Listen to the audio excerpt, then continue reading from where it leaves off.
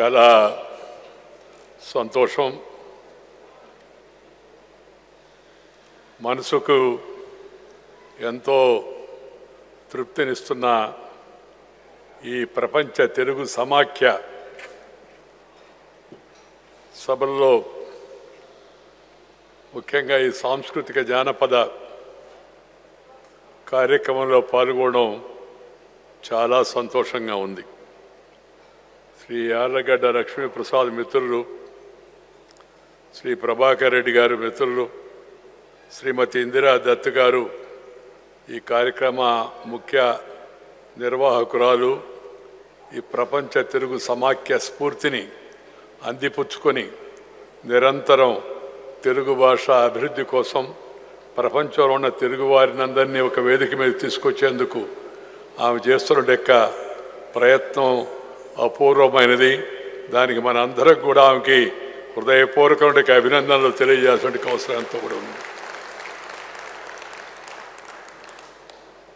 కవితా దత్ ఉపాధ్యక్షురాలు, శ్రీమతి నార్నే విజయలక్ష్మి, శ్రీమతి లక్ష్మి, శ్రీ వెంకట్, శ్రీ వివి సాయి, వ్యాఖ్యాత బాలాదిత్య, అలాగే ఈరోజు ఈ కార్యక్రమంలో భాగంగా ఇందాక ఈ గౌరవాల నృత్యం, అలాగే చెక్క భజన, గరగ నృత్యం మరియు సంక్రాంతి నృత్య రూపకాలను అందించినట్టు పెద్దలకు పిల్లలకు అందరికీ నా శుభాకాంక్షలు. వారందరికీ నేను అభినందనలు తెలియజేస్తున్నాను. సభాసదులందరికీ నమస్కారాలు. మీ అందరికీ ముందుగా సంక్రాంతి శుభాకాంక్షలు తెలిపేట అవకాశం లభించింది. ఈ సంక్రాంతి మనందరి జీవితాల్లో నవ్యక్రాంతిని తీసుకురావాలని, మన జీవితాలు, మన ప్రజల యొక్క జీవితాలన్నీ సుఖ శాంతులతో, సౌభాగ్యాలతో, ఆనందాలతో మన కుటుంబాలన్నీ విరియాలని చెప్పని నేను కోరుకుంటూ ఉన్నాను. 2025లోకి మనం ప్రవేశించాం. ఇది ఆంగ్లేయుల లెక్క ప్రకారం కొత్త సంవత్సరం. ఏదేమైనప్పటికీ కూడా దినాలను బట్టి మనం గణించేది కాబట్టి కొత్త సంవత్సరం అని చెప్పని దాన్ని పేర్కొంటున్నారు. మామూలుగా మనం తెలుగువారం మన యొక్క పద్ధతి ప్రకారం మనం ఉగాదిని తెలుగు కొత్త సంవత్సరాదిగా మనం జరుపుకుంటూ ఉన్నాం. ఈ ప్రపంచ తెలుగు సమాఖ్య యొక్క 12వ ద్వైవార్షిక అంతర్జాతీయ మహాసభల సమాపనోత్సవానికి ఈ కార్యక్రమానికి విచ్చేయడం, మీ అందరినీ కలవడం ఎంతో సంతోషంగా ఉంది. తెలుగు భాష అభ్యున్నతి కోసం మీరందరూ కృషి చేస్తున్నట్టు ఈ ప్రయత్నాలు చాలా సంతోషాన్ని కలిగిస్తున్నాయి. అందుకని మీ అందరికీ పేరు పేరున నేను అభినందనలు తెలియజేస్తున్నాను. పిల్లలకు ఆశీర్వచనాలు అందిస్తున్నాను. ప్రత్యేకించి నేను ఇందాక చెప్పినట్టుగా ఈ సంస్థను అన్నీ తానై ముందుండి నడిపిస్తున్న అధ్యక్షురాలు శ్రీమతి ఇందిరా దత్ గారికి, వారితో కలిసి పనిచేస్తున్న మిత్ర బృందానికి ప్రత్యేక అభినందనలు, శుభాకాంక్షలు. ఈ కార్యక్రమాలు ఇలాగే మీరు కొనసాగిస్తూ ఉండాలని, ఆ తర్వాత తరానికి దీన్ని మీరు మంచిగా ఒక సంపదగా అందించాలని చెప్పని కోరుతూ ఉన్నాను. సాంస్కృతిక, సాహిత్య మరియు జానపద కళారూపాలు నేపథ్యంలో నిర్వహిస్తున్న ఈ మహాసభలు తెలుగు భాష, తెలుగు సంస్కృతుల యొక్క పరిరక్షణ దిశగా మన ముందు ఉన్నట్టు మార్గాన్ని మనకు సూచిస్తూ ఉన్నాయి. మన సంస్కృతిలో, సాహిత్యంలో, జానపద సాహిత్యంలో ఉన్న కళారూపాలు ఆయా ప్రాంతాలు, అది రాయలసీమ కావచ్చు, తెలంగాణ కావచ్చు, సర్కారు జిల్లాలు కావచ్చు, నెల్లూరు కావచ్చు, లేదా ప్రపంచంలో తెలుగువారు నివాసిస్తున్నట్టు ఏ ప్రదేశాలని కావచ్చు, వారి యొక్క ప్రజల యొక్క చరిత్రను ఇవన్నీ తెలియజేస్తాయి. మానవుల యొక్క అనుభూతులకు, మానసిక చైతన్యానికి, విజ్ఞాన వినోదాలకు, ఆనంద ఉత్సవాలకు ప్రతీకలుగా, కళారూపకంగా, ఈ సామాజిక పునాదులుగా ఈ కళలు నిలుస్తూ ఉంటాయి. మనం అందరం ఈరోజు ఈ కార్యక్రమాలు చూసి ఆనందించడమే కాకుండా వాటిలో ఉండే స్ఫూర్తిని మనం అందిపుచ్చుకోవాల్సిన అవసరం ఉందని మీ అందరికీ మనవి చేస్తున్నాను. తెలుగునాట ప్రతి కళారూపానికి ఒక ప్రత్యేకత ఉంది, దానికి ఒక చరిత్ర ఉంది. నాటి నుంచి నేటి వరకు, రాజుల కాలంలో యుద్ధ సమయంలో స్ఫూర్తిని నింపడం వరకు, ఉత్సాహాన్ని ఉరకలేయించడం కోసం, అలాగే స్వరాజ్య ఉద్యమంలో ప్రజలందరినీ స్వాతంత్రోన్ముఖులు చేయడం కోసం ఈ కళారూపాలు, కళాకారులు పోషించిన పాత్ర నిరుపమానమైనది. ఎందుకంటే కళ మనిషిని ఉత్తేజపరుస్తుంది, ఉత్సాహపరుస్తుంది, కార్యాన్ముఖుని చేస్తుంది. అలాంటి కళారూపాలు మన దేశంలో అనేకం ఉన్నాయి. 64 కళ్ళని మనం చెప్పుకుంటూ ఉన్నాం. అలాంటి కళలన్నీ కూడా మనం ఎప్పటికప్పుడు మననం చేసుకుంటూ, గుర్తు చేసుకుంటూ, గౌరవించుకుంటూ, వాటిని కాపాడుకుంటూ ముందు తరాలకి అందించాల్సిన అవసరం ఎంతో ఉందని మీ అందరికీ మనం చేస్తున్నాం. ఈ కార్యక్రమం ద్వారా సాహిత్యము, సంగీతము మరియు జానపద కళారూపాలకు ప్రోత్సాహాన్ని ఇవ్వాలన్న మీ ఆశయం అభినందనీయం. ఏ దేశం ఎగినా ఎందుకు ఆడినా అన్న రాయప్రోలు వారి స్ఫూర్తిని జీర్ణించుకొని మన దేశ విదేశాల్లో ఉన్న తెలుగు వారందరినీ ఒక వేదిక మీదకు తీసుకొచ్చి భాష, సంస్కృతుల యొక్క పరిరక్షణ కోసం చేస్తున్న ఇందిరాదత్ గారి బృందాన్ని మరొకసారి నేను నిజంగా వారి చొరవ ముదాహం అని చెప్పి పేర్కొంటూ అభినందిస్తున్నాను. నాకు గుర్తుంది 1992లో ఆనాటి అవిభక్త ఆంధ్రప్రదేశ్ ముఖ్యమంత్రి తెలుగువారి గుండెల్లో ఉండేటెక్క చప్పుడు వెలుగు అయినటెక్క శ్రీ నందమూరి తారక రామారావు గారి చేతుల మీదుగా అమెరికాలో ప్రారంభమైన ఈ ప్రపంచ తెలుగు సమాఖ్య తెలుగు భాష, సాహిత్యం, కళలు, సంస్కృతిని ప్రోత్సహిస్తూ అందరి అభిమానాన్ని చూరగొంది. ఆనాటి సమావేశంలో నేను కూడా పాల్గొన్నాను. అమెరికా సంయుక్త రాష్ట్రాల్లో ప్రపంచవ్యాప్తంగా తెలుగు వారంతా ఎన్నో చోట్ల ఉన్నత స్థానాల్లో ఉన్నారు, ఎన్నో మంచి పనులు చేస్తూ ఉన్నారు, ఎంతో గుర్తింపు తెచ్చుకుంటున్నారు.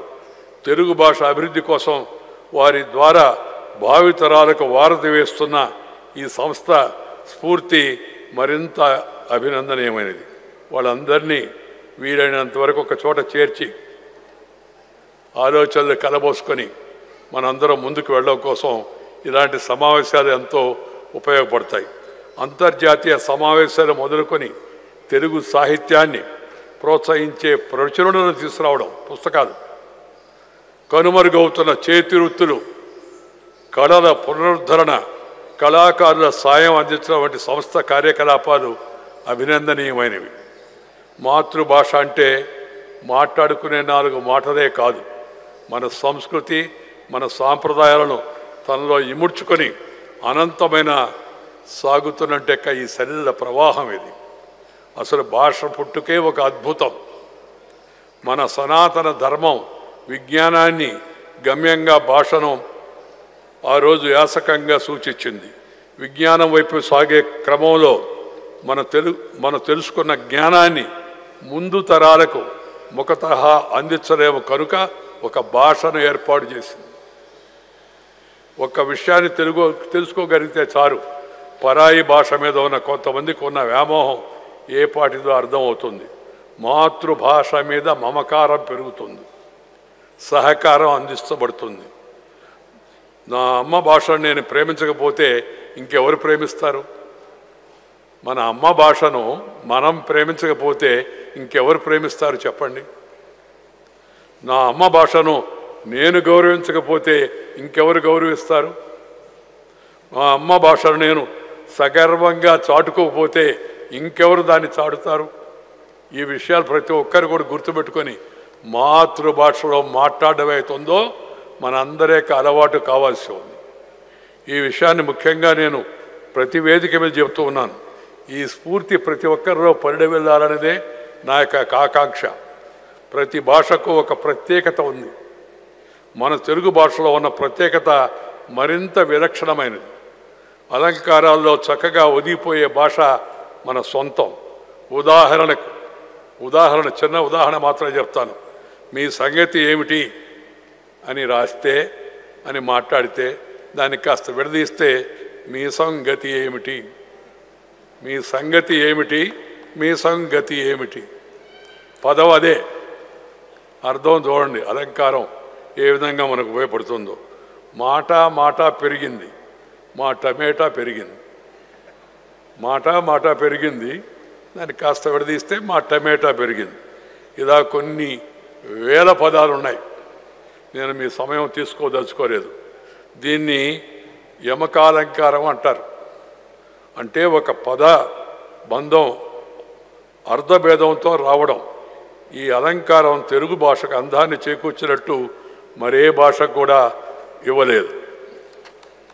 అంతే, నా జీవితాన్ని తెలియజేసే ఎన్నో సామెతలు, అంతేనా జీవితాన్ని తెలియజేసే ఎన్నో సామెతలు మన భాషలో ఉన్నాయి. చిన్న చిన్న మాటలే. ఇల్లు కట్టి చూడు, పెళ్లి చేసి చూడు. ఇల్లు కట్టి చూడు, పెళ్లి చేసి చూడు. కష్టం యొక్క గొప్పతనాన్ని అది తెలియజేస్తుంది. ఆకాశానికి హద్దే లేదు, ఎదుగుదల ఎలాంటిదో తెలియజేస్తుంది. ఆ ఆకాశం అంత ఎత్తుకు ఎదగాలని. భక్తి లేని పూజ పత్రిచేటు. ఏ పని అయినా నిబద్ధతతో చేయకపోతే నష్టమని తెలియజేస్తుంది. చెరపకురా చెడేవు అనే ఈ మాట ప్రతి పక్కవారి పట్ల మన ధోరణి ఎలా ఉండాలో తెలియజేస్తుంది. చెరపకురా చెడేవు అని. చీకటి కొన్నాళ్ళు, వెలుగు కొన్నాళ్ళు. జీవితంలో కష్ట సుఖాలు ఎలాంటివో తెలియజేస్తుంది. ఈతకు మించిన లోతే లేదు, నైపుణ్యం వంటి అడ్డంకులు లేవని దాని భావం. కీడించి మేరెంచమన్నారు, మంచి చెడులు చూసుకొని ముందుకు నడవయ్యా అని చెప్పారు. నిండుకొండ తొణకదు. భౌతిక శాస్త్రం జీవన సత్యం ఏకకాలంలో చెప్తుంది. నిండుకొండ తొణకదు అని. రామాయణంలో పిడకల వేట. గొప్ప విషయాన్ని ఎలా అర్థం చేసుకోవాలో అది తెలియజేస్తుంది. ఇలాంటి లక్షల సామెతలు సందర్భానుసారంగా మనకు దిశానిర్దేశనాన్ని చూపిస్తాయి. దిశానిర్దేశనం అంటే మనం పయనించవలసిన మార్గాన్ని మనకి తెలియజేస్తాయి. వేల మాటల్లో చెప్పగలిగే భావాన్ని ఒక్క మాటలో చెప్పడం అవుతుందో దాన్ని ఆవిష్కరిస్తుంది తెలుగు భాష. ఈ సంపద మన తెలుగుకున్నంత గొప్పగా మరే భాషకు కూడా లేదు. ఉన్నాయి, కొన్ని భాషల్లో ఉన్నాయి. వన్ లైనర్స్ లేవని నేను చెప్పను. నేను తెలుగులో, హిందీలో, ఇంగ్లీష్లో ఈ వన్ లైనర్స్ ధారాళంగా ఉపయోగిస్తూ ఉంటాను. అంటే ఒక్క మాటలోనే తెలియజేయాలని. ఒక్క మాటలు ఎలా తెలియజేస్తామంటే ప్రయత్నం చేస్తే తప్పనిసరిగా తెలియజేస్తుంది. ఆ మధ్య BBC కరెస్పాండెంటు నన్ను పిలిచి ప్రభుత్వాన్ని గురించి చెప్పండి ఒక్క మాటలో అన్నాడు. ప్రభుత్వం అంత పెద్ద ప్రభుత్వం, దాని పరిపాలన, దాని మంచెడుల గురించి ఒక్క మాటలో ఎలా చెప్తారంటే, మీరు చెప్పగలరు సార్ చెప్పండి అన్నాడు. వాడు లండన్ నుంచి ఫోన్ చేస్తున్నాడు, లైన్లో ఉన్నాడు. నేను అడిగాడు నన్ను UPA గురించి చెప్పమని. నేను చెప్పాను UPA అది DPA.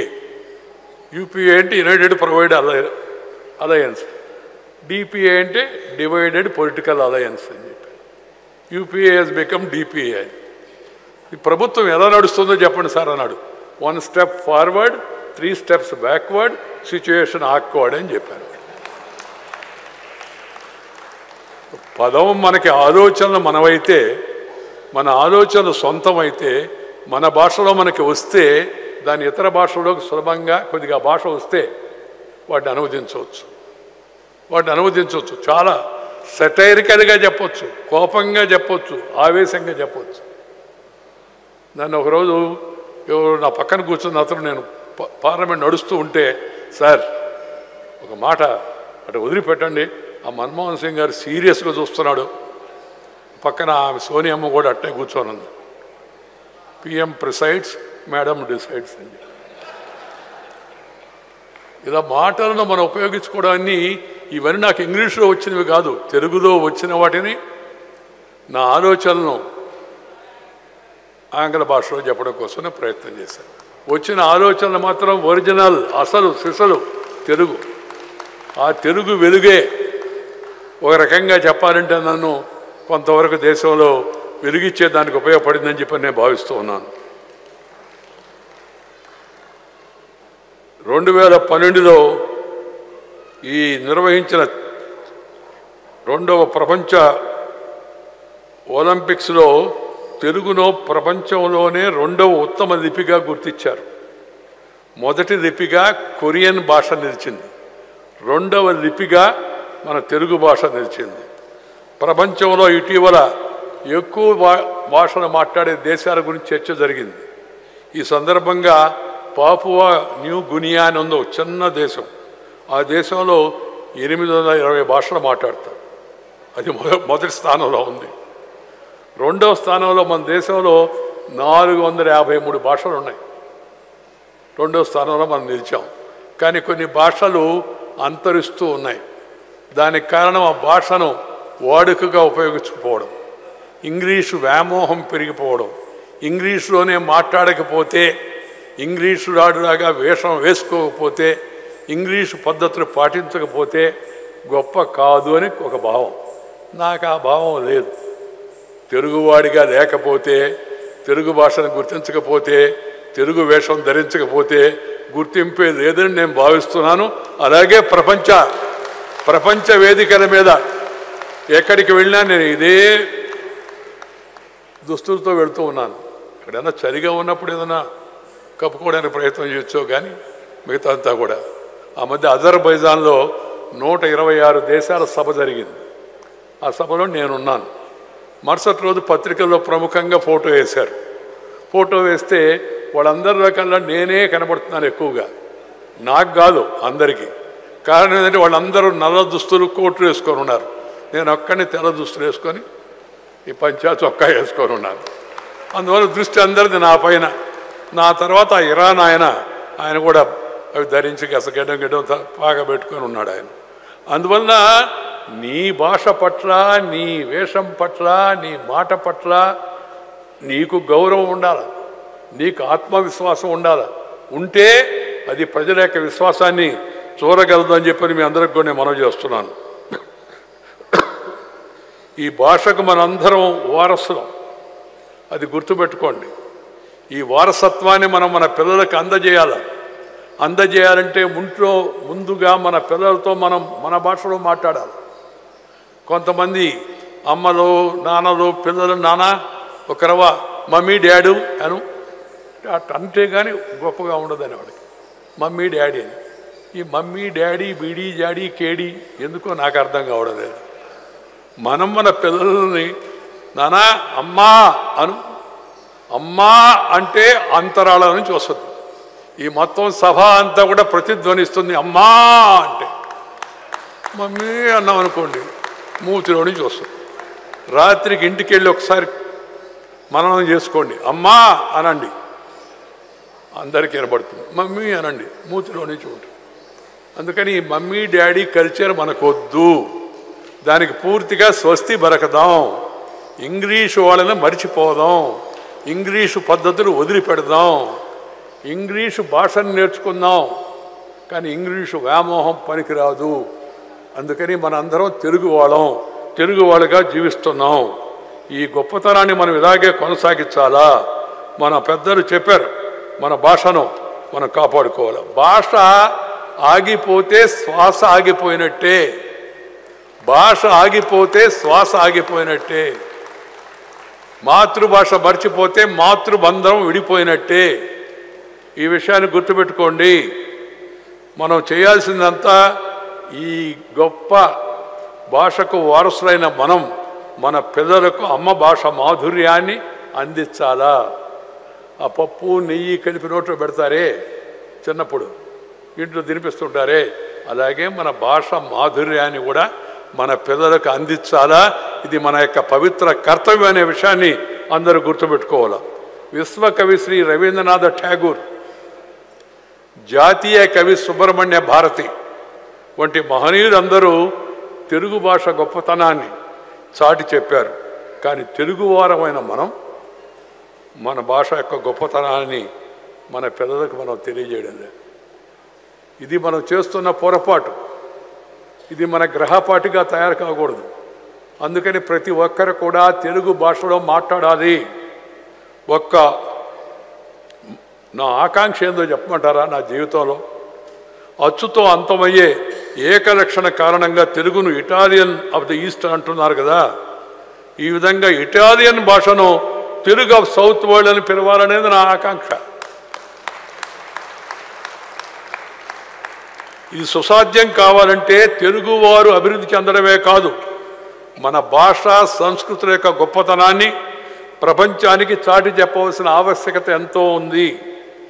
ఇందుకోసం పెద్ద కష్టపడబడలే, ప్రయత్నం చేయబడలే, నేర్చుకోబడలే. అమ్మ భాష నుంచి వస్తుంది, అమ్మ గర్భం నుంచి. దాన్ని కొనసాగించాలి. కాస్త తెలుగు పిల్లలకు అలవాటు చేయాలి, తెలుగు పట్ల అభిమానాన్ని పెంచాలి. దీనికి పెద్ద కష్టపడే పని లేదు.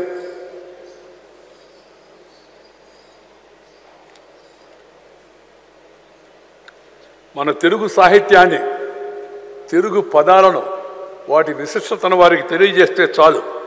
అమ్మలా మన భాష వారిని హక్కును చేర్చుకుంటుంది.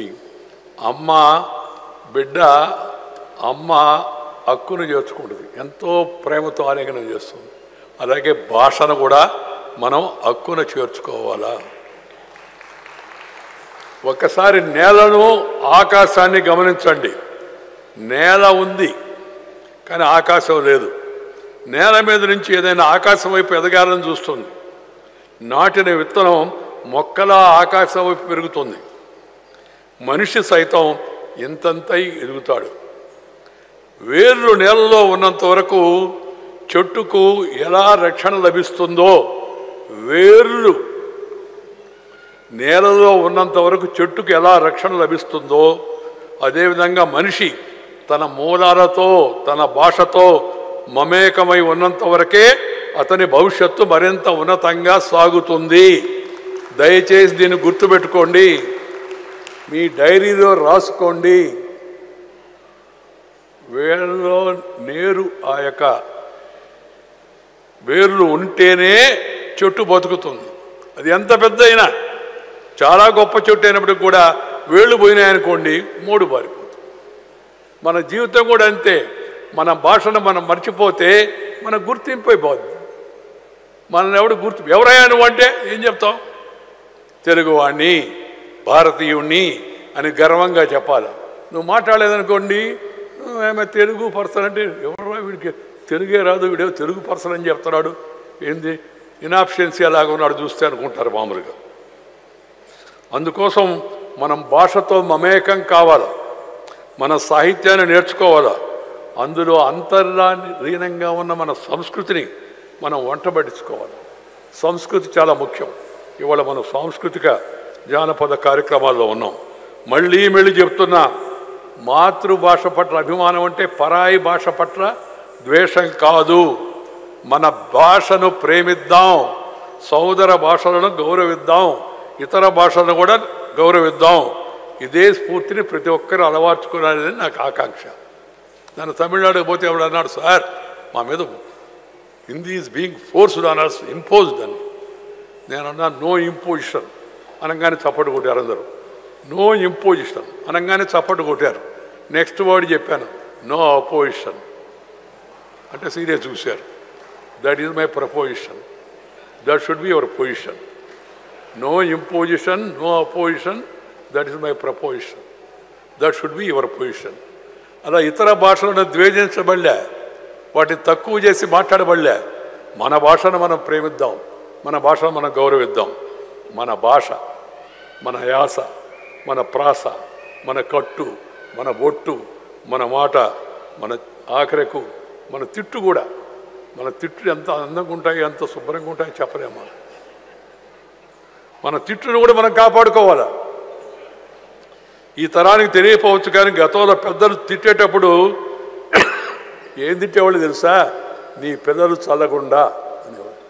నీ పిల్లలు చల్లకుండా, నీ ఇల్లు బంగారంగాను, నీ ఇల్లు బంగారంగాను ఏందిరా అడ్డ చేస్తున్నావు అంటూ తిట్టేవారు.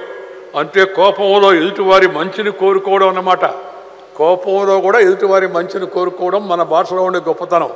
అంతేగాని డర్టీ ఫెలో అని కాదు. ఇంతకంటే గొప్ప సంస్కృతి ఏ దేశంలో ఉంది, ఏ భాషలో ఉంది చెప్పండి? ఇంతకంటే గొప్ప మనసును ఏ వ్యక్తిత్వ గ్రంథాలు మనకు నేర్పిస్తాయి?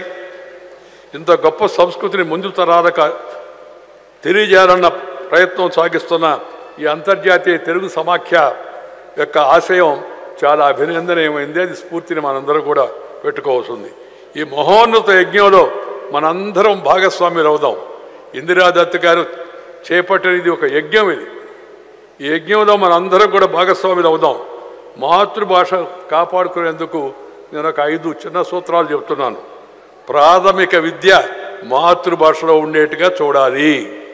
నిన్న ముఖ్యమంత్రి చంద్రబాబు నాయుడు గారు తెలుగు భాషను మాతృభాషగా ప్రాథమిక విద్యలో పెడతా అని చెప్పి అన్నాడు. గొప్ప ఫేవర్ కాదు, అది మనకు చేసే మేలు కాదు. మన హక్కును మన బాధ్యతను మనకి మళ్ళీ తిరిగి అందిస్తున్నారు. ఎందుకంటే మనం మర్చిపోయాం, మనం ఇంగ్లీష్ నేర్చుకుంటేనే గొప్ప, లేకపోతే గొప్ప కాదని. ఆ మధ్య నాతో కుర్రోడు నన్ను మీరు చెప్పేది బాగుంది సార్, కానీ పైకి వెళ్ళాలంటే ఇంగ్లీష్ రావాలి కదా అన్నాడు. అంటే నేను చెప్పాను, ఎవరు చెప్పారు నీకన్నా? అందరు చెప్తున్నారు సార్ అన్నాడు. నేను చెప్పాను, నేను ఐఎస్డి చేసి దేవుడితో మాడాను, ఏమయ్యా నీ దగ్గర రావాలంటే ఇంగ్లీష్ మీడియం చదివి ఉండాలని అడిగాను. ఆయన అన్నాడు అదేం లేదు, ఎక్స్పైరీ డేట్ అయిపోతే ఎవడైనా ఆ టైం ప్రకారం వచ్చేస్తాడు, ఇక్కడ భాష నిబంధన ఏమి లేదని చెప్పాడని. సార్ అట్ట కాదు సార్ మీరు చెప్పేది, నాకు నేను చెప్పేది కొద్దిగా పైకి అన్నాడు.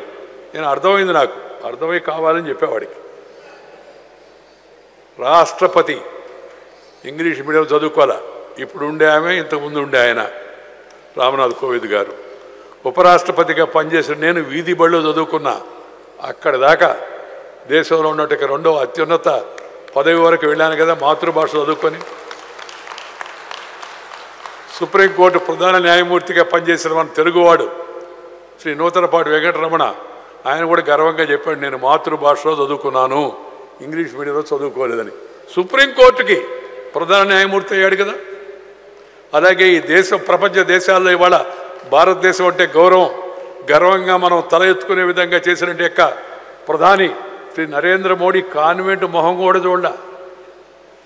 మరి ప్రధానమంత్రి, రాష్ట్రపతి, ఉపరాష్ట్రపతి, సుప్రీంకోర్టు ప్రధాన న్యాయమూర్తి, ఇంతకన్నా పైకి పోయేదేముంది? ఇంకా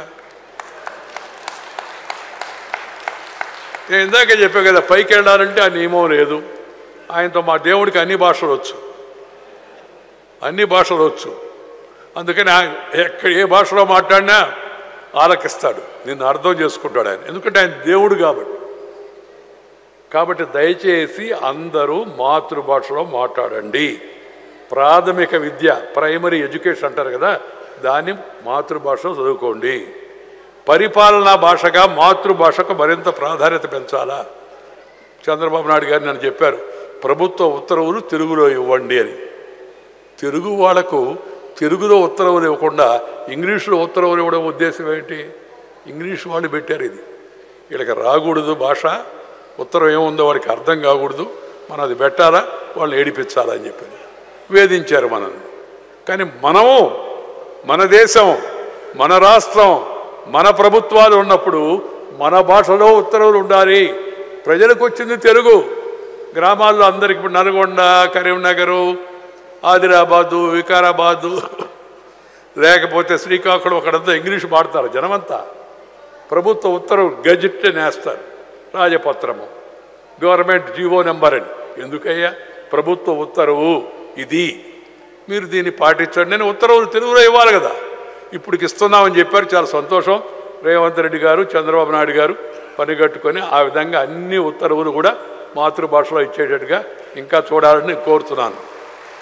ప్రధానమంత్రి నరేంద్ర మోడీ గారు, నా ఆలోచనలు ఆయన ఆలోచనలు ఒకటే. మేమిద్దరం కలిసి అనేక సంవత్సరాలు పనిచేశాం కాబట్టి ఆయన కూడా చెప్తున్నాడు, ఇప్పుడు రాబోయే రోజుల్లో ఇంజనీరింగు, సైన్సు, టెక్నాలజీ, మెడిసిన్ ఇవన్నీ కూడా మాతృభాషలో బోధిస్తారు.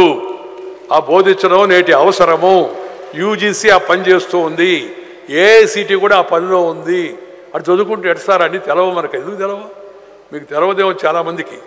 రష్యా, జర్మన్, అలాగే ఫ్రాన్స్, ఆ దేశాల్లో వాళ్ళ భాషలోనే శాస్త్రీయ గ్రంథాలు చదువుతారు. రష్యా ప్రెసిడెంట్ ఇండియాకి వస్తే mister Modi how are you అనడు, రష్యన్ భాషలో చెప్తాడు. పక్కనుండే ఆమె చెప్పొద్దు దానికి ట్రాన్స్లేషన్ హిందీలోకి. ఫ్రాన్స్ అధ్యక్షుడు మెకరాన్ కూడా వస్తే ఆయన ఇంగ్లీష్లో మాట్లాడు, మాతృభాషలో మాట్లాడతాడు, పక్కన పరాయి భాష. ఏందయ్యా గొప్పతనం. నేను ఒకసారి సుష్మా స్వరాజ్ అడిగా, ఏమ్మా వీళ్ళందరికీ ప్రపంచ నాయకులు కదా, వీళ్ళకి తెలుగు ఈ ఇంగ్లీష్ రాదా అని. వచ్చు, కొంతమందికి రాదు, వచ్చినా మాట్లాడరు. ఎందుకంటే వాళ్ళ మాతృభాషలో మాట్లాడేదానికి వాళ్ళు గర్విస్తారు. I'm a Russian, I'm a Chinese, I'm a French person అని గర్విస్తారు. మనమే వచ్చి రాని ఇంగ్లీషులో వచ్చి, మరి సగం మందికి ఇంగ్లీష్ సరిగా రాదు, నాకు కూడా రాదు సరిగా వాస్తవం చెప్పాలంటే, కానీ ఇంగ్లీష్లో మాడుతూ ఉంటాం అందరూ. ఈ జబ్బుని ఇంగ్లీష్ వాళ్ళు పోతా పోతా మనకు అంటించారు. అది అంటు వ్యాధి. దానికి వ్యాక్సిన్ తీసుకోవాలన్నా ఇంజెక్షన్ తీసుకోవాలన్నా ఏం తీసుకోవాలో కనుక్కొని ఆ జబ్బు నుంచి మనం బయటపడాలా. మన పిల్లకాయలకు ఆ వైరస్ అందకుండా. కొత్త కొత్త వైరస్లు వస్తున్నాయి. ఇప్పుడు ఏదో లేటెస్ట్గా నిన్న మొన్న ఏదో చైనా వైరస్ వచ్చిందని చెప్పి అన్నారు.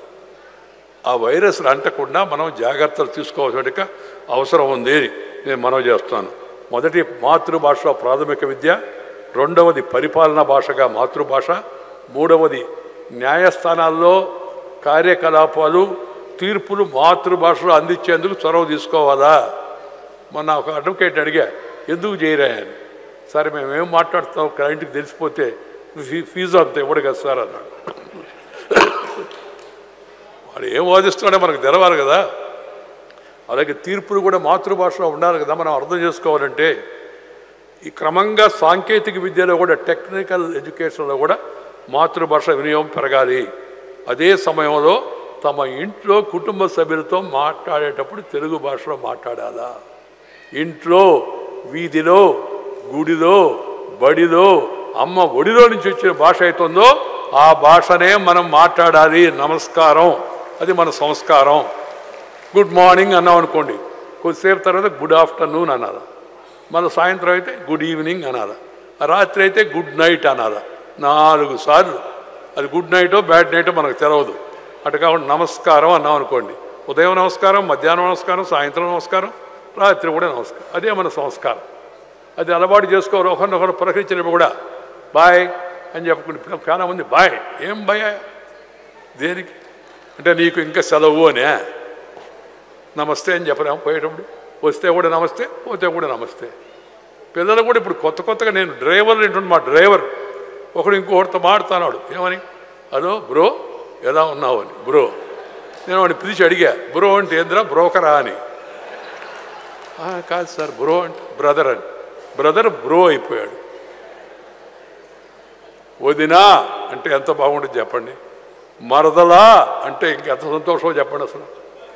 మరదలా, అక్క, బావా, నానా, పెదనానా, పెదనాన్న, చిన్నాన్న, తాతయ్య, అమ్మమ్మ అంటే సంతోషమా?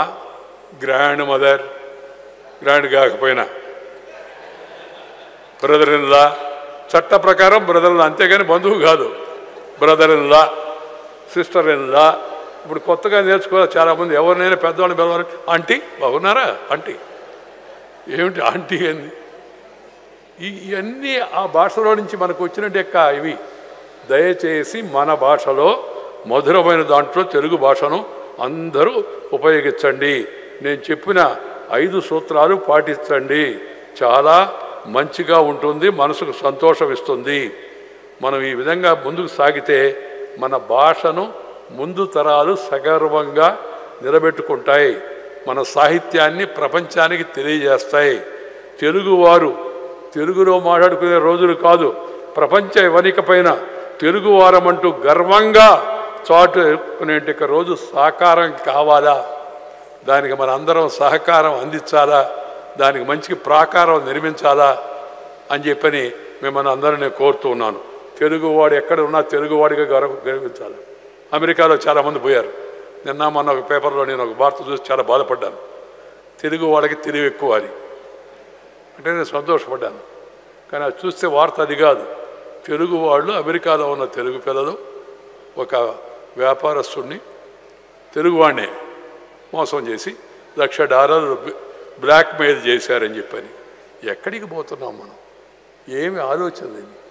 ఏమి సంస్కృతిది? మనమంతా సర్వే జన సుఖినో భవంతు అని మన పెద్దలు చెప్తారు. సర్వజనులు సుఖంగా ఉండాలా. సర్వే జన సుఖినో భవంతు.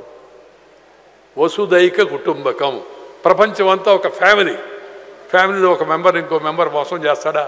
చేయొచ్చా? అందుకని ఈ స్ఫూర్తితో మనందరం పోవాలి. Share and care is the core of Indian philosophy. పెంచుకో ఆస్తిని, పంచుకుంటే ఉండే సంతోషం చెప్పనరివి కాదు. పెంచుకో, తర్వాత ఇతరులతో పంచుకో. పెంచకుండా పంచుకుంటే పంచి మాత్రం మిగులుతుంది. అది గుర్తుపెట్టుకోండి. అందుకని కష్టపడాలి. దాంట్లో సిద్ధాంతం ఏంటంటే కష్టపడాలి. కష్టపడి డబ్బు సంపాదించాలి, కష్టపడి పేరు సంపాదించాలి, కష్టపడి తెలివి సంపాదించాలి, కష్టపడి విజ్ఞానం సంపాదించాలి, కష్టపడి పరిశోధన చేయాలి, కష్టపడి ఉన్నత స్థాయికి ఎదగాలి. ఎదగకపోతే దానికి అర్థం ఉండదు. నేను ఆఖరికి ఒక మాట చెప్పి ముగిస్తాను. నేను చాలా సామాన్యమైన రైతు కుటుంబంలో పుట్టాను. ఒకప్పుడు మా కుటుంబం చాలా సంపత్తో ఉండింది. కానీ మా అమ్మని ఒక గేదె పొడిచింది. ఈ పక్క పొడిస్తే కొమ్ము అవతల పక్క వచ్చేసింది. ఆమె నేను 13 నెలలు అప్పుడు నన్ను దూరంగా వదిలేసింది మా అమ్మ. పడిపోయాను. మా కుటుంబంలో ఎవరు రాజకీయాల్లో లేరు, ఎవరికి రాజకీయ నేపథ్యం లేదు.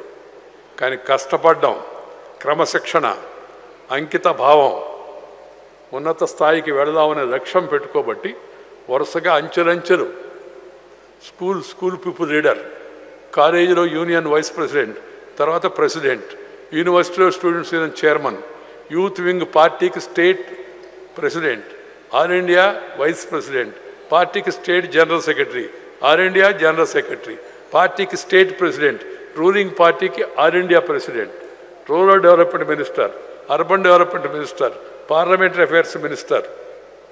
అదేవిధంగా ఇంకా అనేక రకాల శాఖలు వచ్చాయి. ఆ తర్వాత దేశంలో ఉన్నతమైన 2వ ఉపరాష్ట్రపతి పదవి వచ్చింది.